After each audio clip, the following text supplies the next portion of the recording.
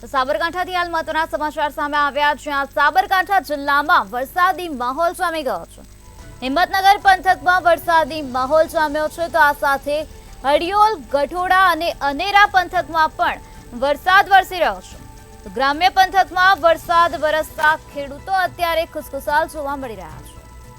ખેત પાકોમાં પિયતની તાતી જરૂરિયાત સમયે વરસાદ વરસી રહ્યો છે, જેના કારણે ખેડૂતોમાં અત્યારે ખુશીની લહેર વ્યાપી ગઈ છે।